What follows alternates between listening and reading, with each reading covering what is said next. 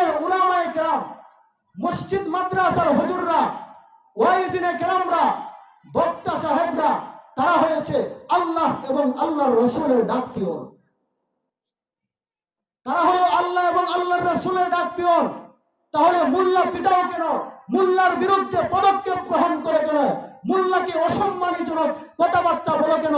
মোল্লার বিরুদ্ধে লাগো কেন? মোল্লার পিছনে লাগো কেন? তোমার যদি শক্তি থাকে, তোমার যদি ক্ষমতা থাকে, তাহলে আল্লাহকে অভিযোগ করো, আল্লাহর রসুলকে অভিযোগ করো দেখি। সুদের ব্যাপারে বললে, সমাজে ন্যায় ইনসাফ প্রতিষ্ঠা করার কথা বললে, ঘুষের বিরুদ্ধে বললে, গান বাজনার বিরুদ্ধে বললে, তুমি হুজুরের পিছনে লাগো কেন? তুমি আল্লাহকে অভিযোগ করো। এই জন্য উলামায়ে কেরামের পিছনে, উলামায়ে কেরামের সমালোচনা, তাদের মানহানি হয়, এরকম আচরণ ইনশাআল্লাহ আমরা তাদের সাথে করব না ইনশাআল্লাহ। মুহতারাম হাজিরিন, আমি আপনাদের সামনে কোরআনে কারীমের দুইটি আয়াতে কারিমা এবং রাসূল আরবি সাল্লাল্লাহু আলাইহি ওয়াসাল্লামের অসংখ্য অগণিত হাদিস থেকে একটি হাদিসের টুকরা তেলাওয়াত করেছি। আয়াত এবং হাদিসকে সামনে রেখে আপনাদের খিদমতে দুই একটা কথা বলার ইচ্ছা করেছি। আমা তৌফিকি ইল্লা বিল্লাহ। আমি আপনাদের সামনে যে আয়াতটি তেলাওয়াত করেছি এবং রাসূলুল্লাহ সাল্লাল্লাহু আলাইহি ওয়াসাল্লামের যে হাদিসটা পড়েছি, আয়াত এবং হাদিস উভয়টাই কুরআন সম্পর্কে। কুরআন সম্পর্কের আলোচনা শোনার আগে ভূমিকা স্বরূপ দুই একটা কথা আমাদেরকে বুঝতে হবে। কুরআনে কারীম যদি আল্লাহ সুবহানাহু ওয়া তাআলার সাথে সংযুক্ত করি, তাহলে কুরআনে কারীম হবে কালামুল্লাহ, আল্লাহ তাআলার কালাম, আল্লাহ তাআলার কথা। কুরআনে কারীমকে যদি আসমানের সাথে সংযুক্ত করি, তাহলে কুরআনে কারীম হবে আসমানি গ্রন্থ, আসমানি কিতাব। তৃতীয় নাম্বার হলো, কুরআনে কারীমকে যদি রাসূল আরবি সাল্লাল্লাহু আলাইহি ওয়াসাল্লামের সাথে সংযুক্ত করি, তাহলে কুরআনে কারীম হবে রাসূলুল্লাহ সাল্লাল্লাহু আলাইহি ওয়াসাল্লামের স্পষ্ট মুজিজা। চতুর্থ নাম্বার কথা হলো, কুরআনে কারীমকে যদি আমাদের সাথে সংযুক্ত করি, তাহলে কুরআনে কারীম হবে আমরা মানুষদের জন্য, আশরাফুল মাখলুকাতের জন্য, ইনসানদের জন্য হবে তার জীবন পরিচালনা করার ক্ষেত্রে সর্বোত্তম এবং সর্বশ্রেষ্ঠ জীবন ব্যবস্থা এবং জীবন সংবিধান। তাহলে প্রথম কথা যেটা বলেছি, এক নাম্বার কুরআনে কারীমকে যদি আমরা রাসূলুল্লাহ আল্লাহ তাআলার সাথে সংযুক্ত করি, তাহলে কুরআনে কারীম হবে কালামুল্লাহ। দুই নাম্বার হলো, কুরআনে কারীমকে যদি আসমানের সাথে সংযুক্ত করি, তাহলে কুরআন হবে আসমানি কিতাব। তৃতীয় নাম্বার হলো, কুরআনে কারীমকে যদি রাসূলুল্লাহ সাল্লাল্লাহু আলাইহি ওয়াসাল্লামের সাথে সংযুক্ত করি, তাহলে কুরআনে কারীম হবে রাসূলুল্লাহ সাল্লাল্লাহু আলাইহি ওয়াসাল্লামের স্পষ্ট মুজিজা। চতুর্থ নাম্বার কথা হলো, কুরআনে কারীমকে যদি আমাদের সাথে সংযুক্ত করি, তাহলে আপনার আমার জীবন পরিচালনা করার ক্ষেত্রে কুরআনে কারীম হলো সর্বোত্তম এবং সর্বশ্রেষ্ঠ জীবন ব্যবস্থা। এই কুরআনে কারীমকে যদি আপনার আমার ব্যক্তিগত জীবন যদি সেই কুরআনে কারীমের দিক নির্দেশনা অনুযায়ী, কুরআনে কারীমের হুকুম আহকাম অনুযায়ী আপনার আমার ব্যক্তিগত জীবন যদি পরিচালনা করতে পারি, তাহলে আপনার আমার ব্যক্তিগত জীবন হবে কল্যাণময় এবং বরকতময়। সেই কুরআনে কারীম যদি আপনার আমার পারিবারিক জীবনের মধ্যে কুরআন অনুযায়ী যদি আপনার আমার পারিবারিক জীবন পরিচালনা করাই, তাহলে কুরআনে কারীম হবে, কুরআনে কারীমের কারণে সেই পারিবারিক জীবন আপনার আমার পারিবারিক জীবন হবে বরকতময় এবং কল্যাণময়। সেই কুরআনে কারীমের সংবিধান অনুযায়ী, সেই কুরআনে কারীমের দিক নির্দেশনা অনুযায়ী যদি আপনার আমার সমাজ পরিচালনা করতে পারি, তাহলে সেই সমাজ হবে সোনার সমাজে পরিণত। সেই সমাজ থেকে সমস্ত অশ্লীলতা, সমস্ত বেহায়াপনা, সমস্ত দুর্ব্যবহার, সমস্ত খারাপি সেই সমাজ থেকে বন্ধ হবে। সেই কুরআনের সংবিধান অনুযায়ী, সেই কুরআনের দিক নির্দেশনা অনুযায়ী যদি আপনি আমার দেশ পরিচালনা করা হয়, তাহলে সেই দেশ হবে সোনার দেশে পরিণত। সেই কুরআনের সংবিধান অনুযায়ী যদি আপনার আমার দেশ পরিচালনা করা হয়, দেশ থেকে সমস্ত চাঁদাবাজি, চুরি, ডাকাতি, অশ্লীলতা, বেহায়াপনা, গান বাজনা সমস্ত কিছু বন্ধ হবে যদি সেই কুরআনের সংবিধান অনুযায়ী, কুরআনের রীতি এবং নীতি অনুযায়ী, দিক নির্দেশনা অনুযায়ী যদি আপনার আমার দেশ পরিচালনা করে। কুরআন এমন জিনিস, সেই কুরআনের সাথে যারাই লাগছে দামি হয়ে গেছে। সেই কুরআনে কারীমের সাথে, কুরআনে কারীমের উপরে যে কাপড়টা লাগানো হয়, সেই দামি কুরআনের সাথে সেই কাপড়টা লাগার কারণে, সেই কুরআনে কারীমের সাথে সেই কাপড়টা লাগার কারণে, দামি জিনিসের সাথে সেই কাপড়টার দাম আল্লাহ সুবহানাহু ওয়া তাআলা বাড়ায় দিয়েছে।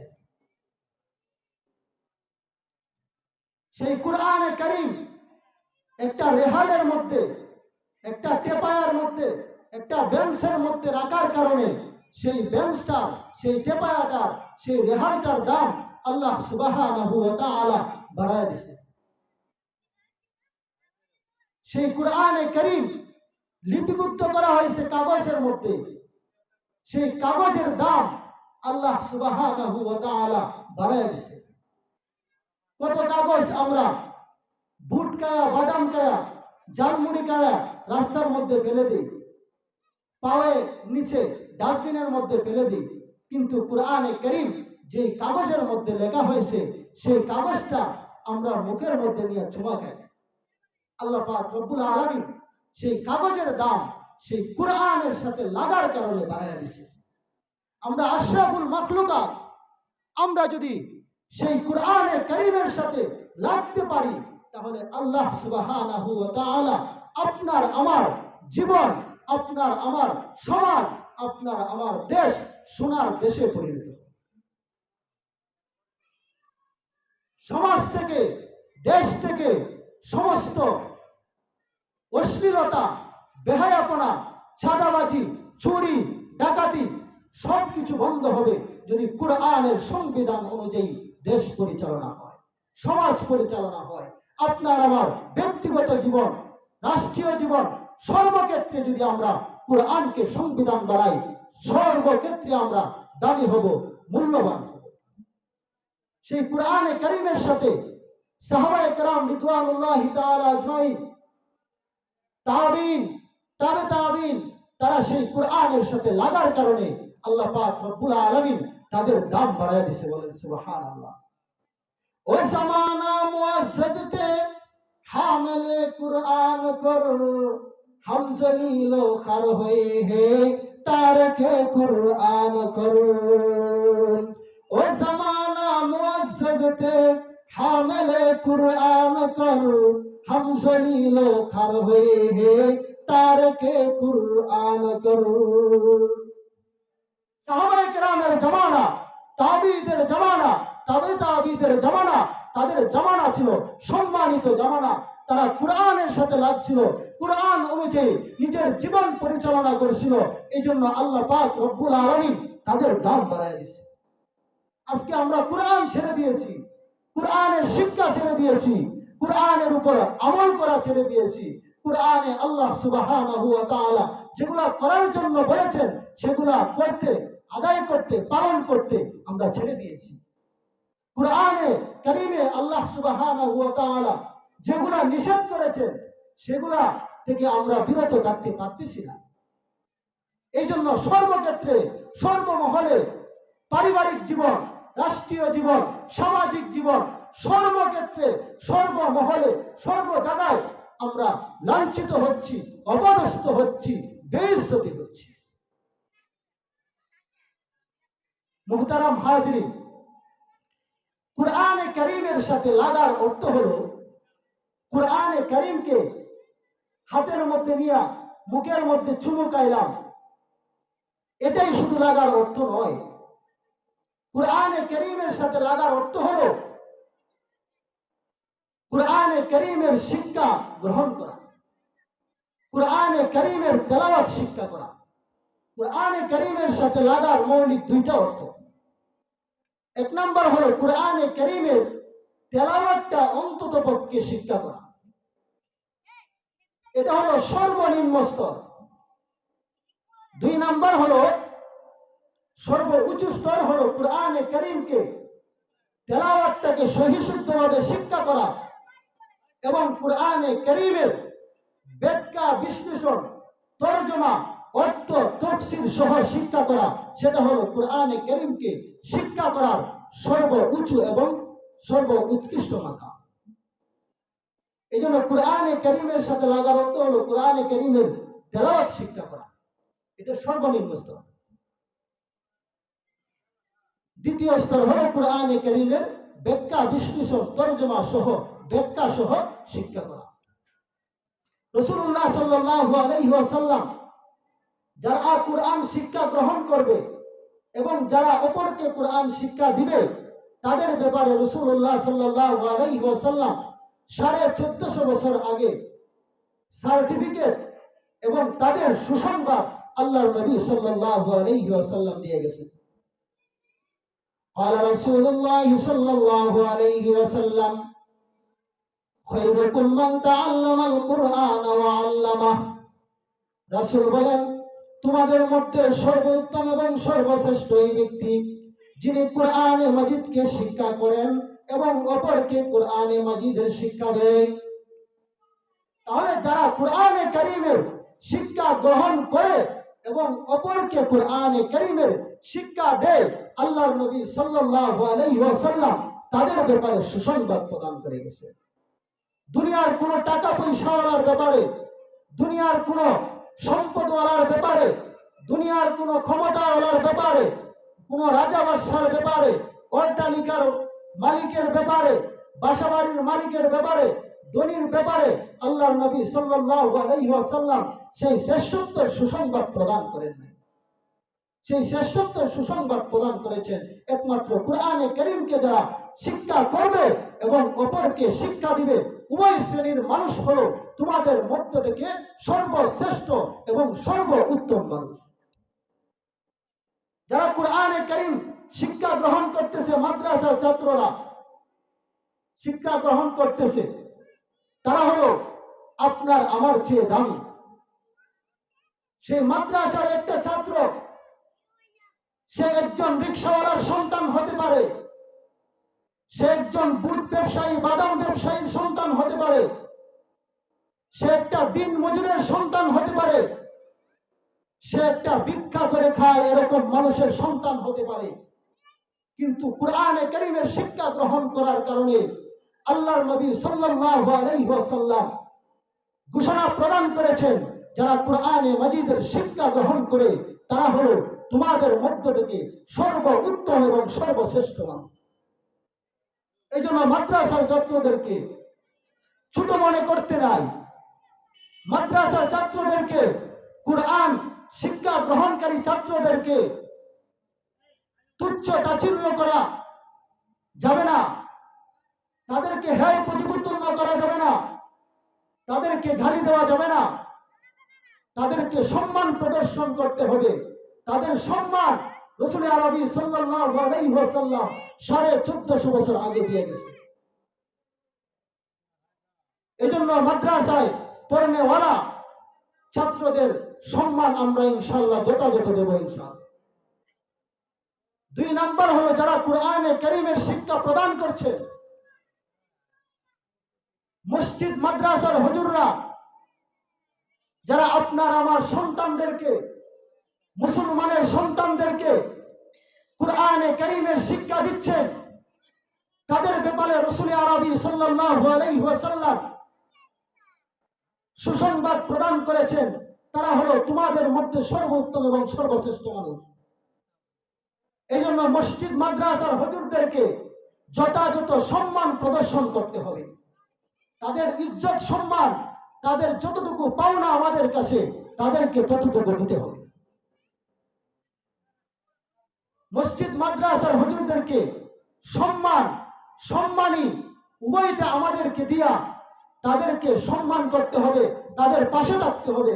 কারণ তারা আপনার আমার সন্তানদেরকে, ছোট ছোট বাচ্চাদেরকে কুরআনে কারীমের শিক্ষা, দিন শিক্ষা প্রদর্শন করতেছে, দিন শিক্ষা দিতেছে। তারা হলো শ্রেষ্ঠ মানুষ, তাদের ব্যাপারে কোনো পদক্ষেপ গ্রহণ করা যাবে না। তাদের সম্মান হানি হয় এরকম আচরণ তাদের সাথে করা যাবে না। তাদের ইজ্জতের উপর আঘাত আসে এরকম কথা তাদের ব্যাপারে বলা যাবে না। তাদের ব্যাপারে কোনো পদক্ষেপ গ্রহণ করা যাবে না। মসজিদের হুজুর, ইমাম সাহেব, খতিব সাহেব, ওয়াইজিনে কেরামরা তারা কুরআন এবং হাদিস থেকে আপনাকে আমাকে দিক নির্দেশনা প্রদান করবেন। সেই দিক নির্দেশনা আপনার আমার বুঝের সাথে মিলতেও পারে, নাও মিলতে পারে। সেই জন্য সেই হুজুরের বিরোধিতা করা যাবে না, পদক্ষেপ গ্রহণ করা যাবে না। মসজিদের হুজুর, খতিব সাহেব সুদের ব্যাপারে আলোচনা করে, যে সুদ খায় সে মনে করে হুজুর আমাকে কইতেছে, এরকম মনে করা যাবে না। সেটার জন্য তাকে শত্রু বলা যাবে না।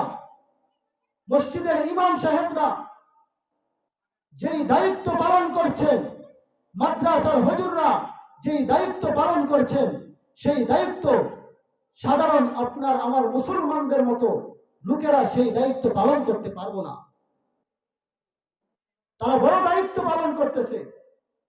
যেই মেহরাবে বসে, যেই মিম্বরে বসে রাসূল আরবি সাল্লাল্লাহু আলাইহি ওয়াসাল্লাম সাহাবায়ে কেরামদেরকে, উম্মতদেরকে শিক্ষা দিয়েছিলেন, সেই মেহরাবে বসে, সেই জায়গায় বসে মসজিদের হুজুররা, খতিব সাহেবরা সেই জায়গায় বসে সেই দায়িত্ব পালন করতেছে। কাব্বারানি মাউতুল কুবরাই, কাব্বারানি মাউতুল কুবরাই, বড়দের মৃত্যু আমরা ছোটদেরকে বড় বানায় দিছি।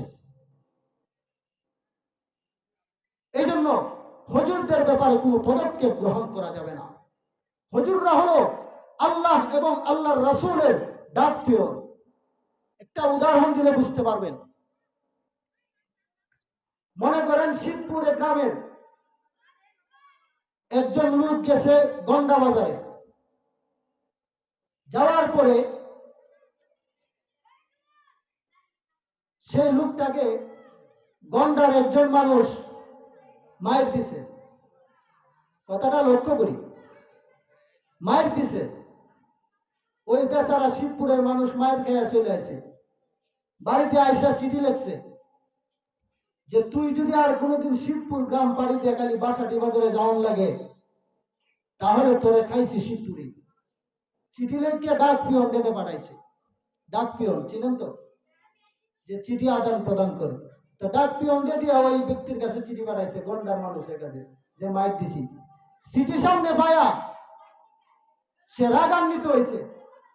যখন বলছে যে তোরে মাইর দিব শিবপুর আইলে, তখন রাগান্বিত হয়ে সে কি করছে, ডাক পিয়নডে মাইর শুরু করছে। ডাক